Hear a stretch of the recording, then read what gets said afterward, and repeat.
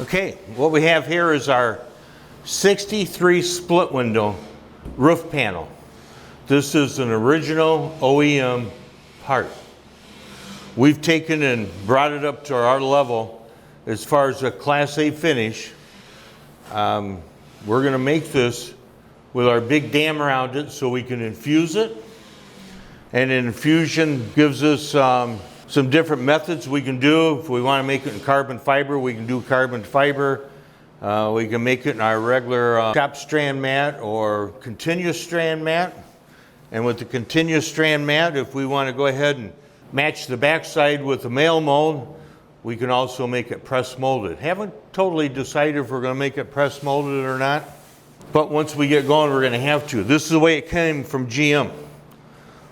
We still got to build that little piece to put in there after the part is built. In order for this to pull all the mold, that could not be filled in. So that's a part that's added on afterwards. But you got the proper opening for your window. But this is an original GM part. It's mocked up on wood. It's not going to move. It's solid. This should be ready for production in about 3 weeks. So our third week into our new year, we should be rolling. Thanks for watching.